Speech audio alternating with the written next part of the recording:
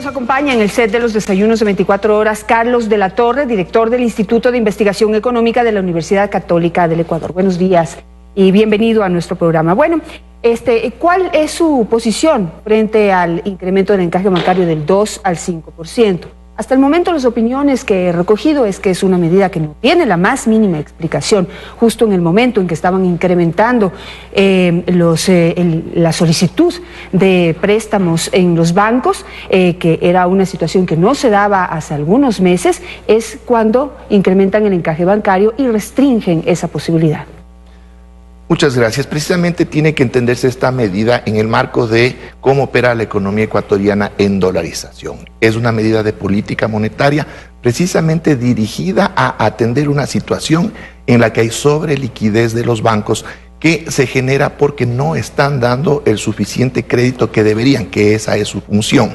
Entonces los excedentes de liquidez los mantienen en el Banco Central muy por encima de los niveles legales requeridos y este dinero se vuelve un dinero ocioso en una economía que no solo necesita tener los dólares, sino que necesita que los dólares circulen en el proceso ahorro-inversión. Economista, pero lo que han dicho los bancos no es que tienen el dinero guardado porque es su voluntad. El dinero se ha ido acumulando porque la gente no solicita crédito, porque pues están siendo mucho más prevenidos frente a lo que pueda suceder el próximo año.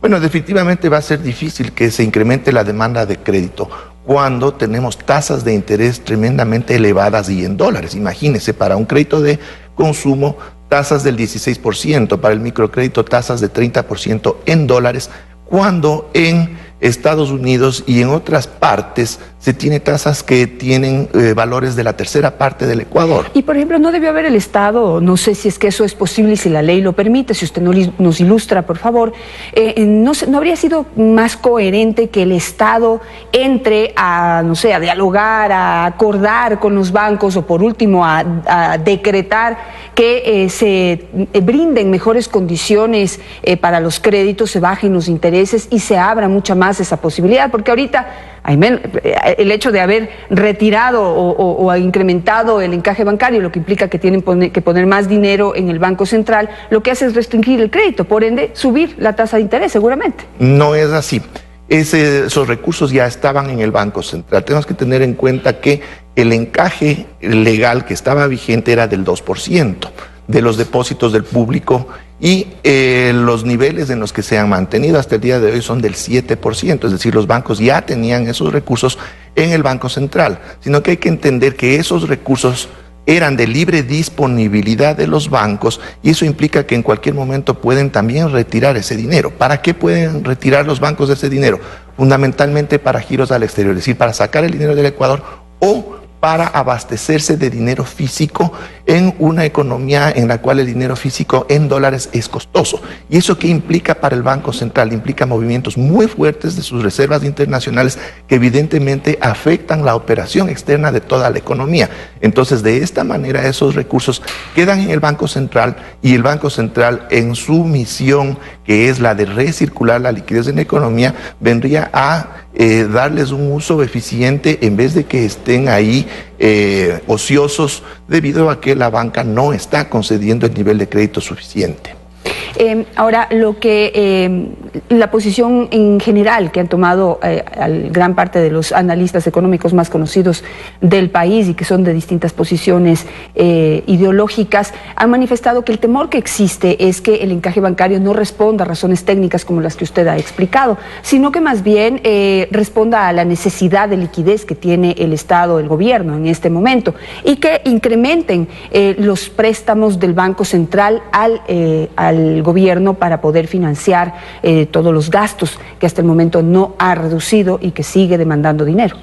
Bueno, esa posibilidad que evidentemente existe en la práctica, pero entendiéndose que el Banco Central opera como cualquier banco, es decir, recibe depósitos de diversos actores y del propio gobierno central y luego los recircula a través de inversiones y financiamiento. Esa posibilidad existe, pero no se ha dado. la liquidez del gobierno está en un buen nivel precisamente por cuanto ha generado otros mecanismos para financiamiento. Tenemos que recordar que solo hace una semana se hizo una emisión por 750 millones de dólares en el exterior y eso implica que el gobierno tiene ya una liquidez que le va a permitir solventar sus necesidades durante algún tiempo sin recurrir a financiamiento desde el Banco Central, que no necesariamente se hace solo con los recursos del encaje, sino con diversas otras fuentes, y dentro de esas fuentes están también recursos del propio Estado que se los recircula.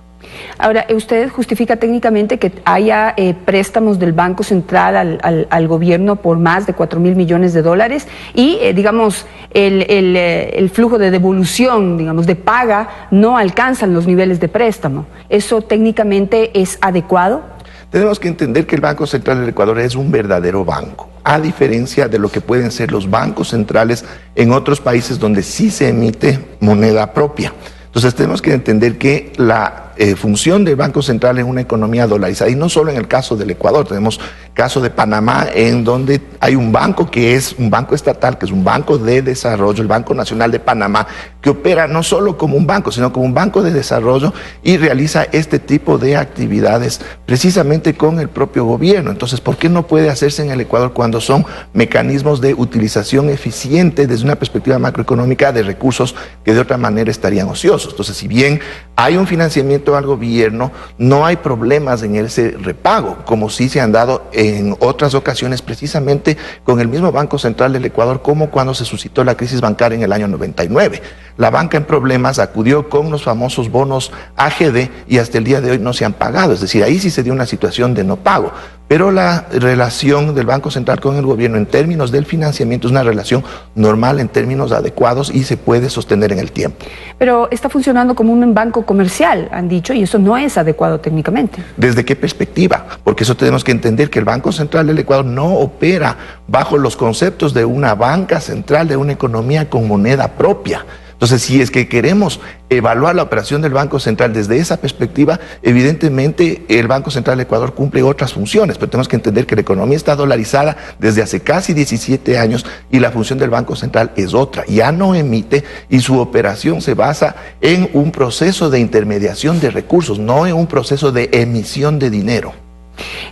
Los bancos también han manifestado sus temores ante la necesidad de traer dinero del exterior, que usted también lo cataloga como ocioso. Pero eso también ya nos pasó en el 99. Los bancos no tenían el dinero para responder a los depositantes. ¿Usted no cree que eso puede volver a ocurrir toda vez que una emergencia no se puede prevenir?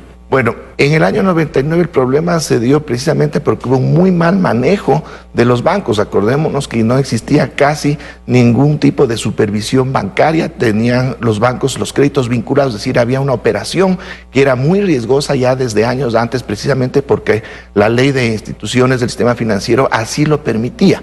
En la situación actual, la banca ecuatoriana está muy sólida, está operando en condiciones normales, la economía ya presenta signos de recuperación, entonces no hay un espacio para que esos riesgos sean mayores y se tiene entonces que aprovechar esos recursos que no están circulando en la economía y precisamente no están ayudando a esa recuperación económica. ¿Cómo se puede hablar de recuperación de la economía toda vez que se está financiando con deuda a cara?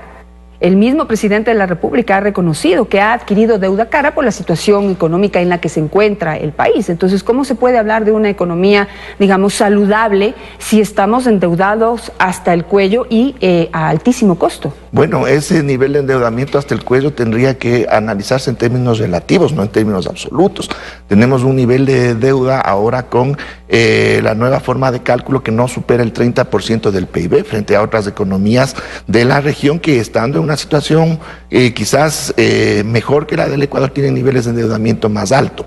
Y se requieren recursos del exterior, sino cuál sería el impacto que tendría la economía si es que el Estado deja de inyectar esos recursos, esa dinámica. El impacto sería mucho mayor. Sí, tenemos que tener en cuenta que la situación económica, que ha sido bastante complicada en los últimos meses y los 2 últimos años, no puede dejarse que se resuelva solamente desde una perspectiva de la dinámica de la economía privada. Tiene que intervenir de alguna manera el Estado, y eso implica que intervenga con inversión y con gasto y va a requerir de recursos. Entonces, mientras la situación sea manejable, los niveles sean adecuados, es lo que se debe hacer, si no el impacto que hubiésemos sufrido sería mucho mayor y en este momento estaríamos con una caída del PIB en niveles mucho mayores de la que se espera. En gobiernos anteriores, que es con los que usted compara el nivel de endeudamiento del gobierno actual, ¿no se tomó en cuenta la deuda interna para establecer el monto total de la deuda de un Estado? Bueno, yo estoy hablando más bien en términos internacionales. En términos internacionales, países de la región superan el 50% del endeudamiento respecto del PIB. ¿Pero toman o no toman en cuenta su deuda interna? Son metodologías internacionales, inclusive es una metodología aprobada por el Fondo Monetario Internacional precisamente para que las cifras sean comparables entre un país y otro. Y hay economías desarrolladas, especialmente europeas y la propia estadounidense, que tienen niveles que se acercan al 100% y operan en términos normales.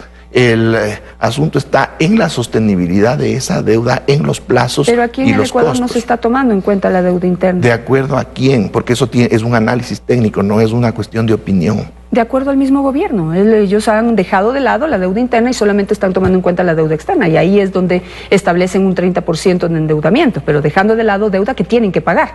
No es que porque es interna no tienen que pagar. ¿O usted bueno, pero el mecanismo de cálculo del Fondo Monetario Internacional también distingue lo que es la deuda interna. Si es que es entre instancias del propio gobierno, tiene otro tratamiento, porque no es un endeudamiento frente a terceros, sino frente a actores locales. Y aún así esa deuda tampoco está en niveles que sobrepasen los promedios internacionales. Es decir, no es que estamos en una situación crítica en términos de endeudamiento. Evidentemente ha crecido ese endeudamiento en los últimos años por la situación de la economía ecuatoriana, pero establecer adjetivaciones que nos llevan a pensar que es una situación dramática no es así.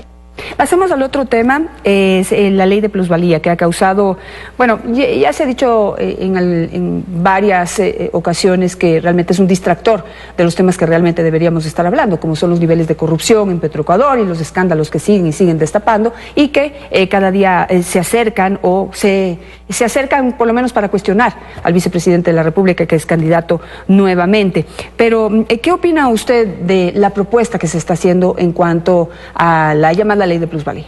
Bueno, es un tema más bien objetivo, no es tanto de opinión. Es una ley que lo que busca es penalizar las segundas ventas de bienes inmuebles cuando éstas se hacen en muy corto tiempo. Evidentemente hay una proporcionalidad respecto de ese valor, pero hay una proporcionalidad inversa en el tiempo. Si es que se hace el ejercicio en la calculadora tributaria de la página web del SRI, en un caso, pongamos un caso extremo, una vivienda, una casa que tiene un valor de $500,000, una casa muy cara, una mansión. Si es que esta es vendida al doble, a $1,000,000 en 10 años, no va a pagar el impuesto a la plusvalía. ¿Qué significa que se venda al doble? Eso significa $500,000 de ganancia en 10 años, $50,000 al año, lo que implicaría que quien vende esa casa estaría ganando algo más de $4,000 mensuales sin hacer absolutamente nada y no estaría pagando impuestos. Hay incluso un producto de la lotería que le paga un sueldo parecido durante 12 meses y ese sí paga impuestos. Y aquí una persona estaría ganándose esos casi $4,000 mensuales sin pagar un centavo de impuesto. Pero si vende esa casa en un plazo muy corto, evidentemente va a pagar un impuesto muy alto. Pero, ¿cómo analizar las situaciones particulares de cada persona? ¿Por qué catalogar y por qué ya poner en un solo saco a una persona que tal vez por alguna necesidad tiene que vender esa casa en un corto tiempo y no necesariamente es un especulador?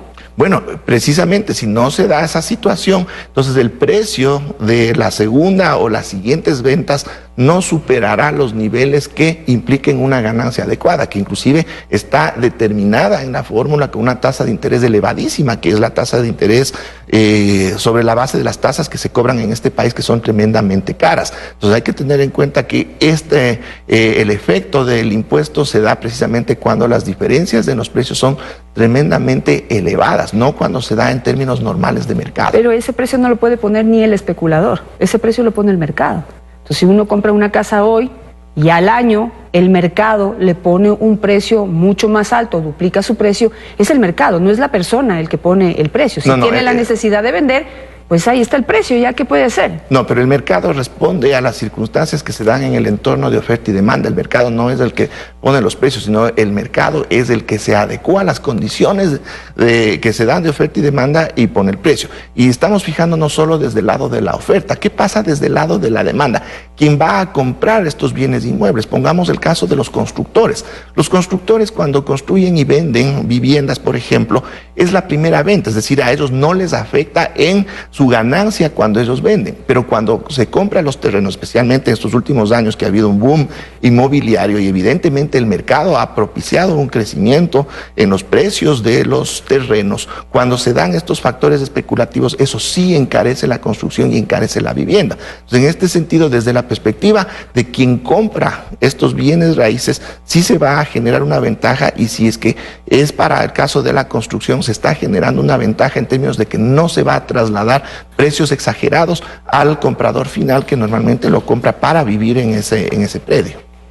Pero usted mismo lo está explicando, es el precio de ese bien X, cual sea, en donde esté ubicado, lo va a poner el mercado, la oferta y la demanda. No lo pone ni el constructor, ni el agente inmobiliario, ni el comprador, sea este especulador, o el vendedor, perdón, sea este especulador o no lo sea. Pero el precio condicionado, porque precisamente el impuesto va a desincentivar estas prácticas especulativas.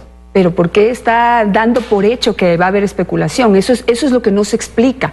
¿Cómo se va a determinar quién está especulando y quién no? Si el precio lo pone, usted mismo lo ha dicho, el mercado, la oferta y la demanda. Y ¿sabe qué le quiero preguntar también para conocer su opinión? ¿Por qué no se regula la primera venta? Pues, señores especuladores, dedíquense a comprar y vender en la primera, que no les van a sancionar. Pongámosle del otro lado, imaginémonos que no hubiera ningún tipo de especulación, ningún tipo de factor que incremente notablemente los precios de los bienes raíces en el corto plazo. Entonces, esta ley no tendría ningún efecto, estaría en el papel y no afectaría a nadie. Entonces, desde esa perspectiva es inocua y no habría ningún problema. Pero si existen posibilidades de especulación, si existen estas situaciones en que los precios incrementan de un día al otro de forma sustancial, eso no sucede. Entonces ahí aplica, bueno, entonces la ley no tendría por qué afectar a nadie. Esa es la cosa, es que la ley no tiene sentido. Entonces, ¿y entonces por qué criticamos una ley que no afecta a nadie? Eso es lo que yo digo, nos ponemos a hablar de cosas que no tienen sentido cuando deberíamos estar hablando de los casos de corrupción que afectan y golpean duramente al gobierno, que bajan en las encuestas al candidato de gobierno, nos ponen a hablar inteligentemente de otras cosas y nosotros, usted y yo, por ejemplo, hoy estamos cayendo en eso. No creo, porque en mi caso yo estoy para hacer análisis económico de todos estos elementos, tratando de evitar una vinculación política, especialmente en un entorno en que ahora lo político está por encima de cualquier otro análisis que sí puede ser técnico. Y por eso lo invitamos siempre, porque tiene una posición diferente y nos ayuda también a ampliar ese espectro frente a las cosas que se nos plantean en el frente.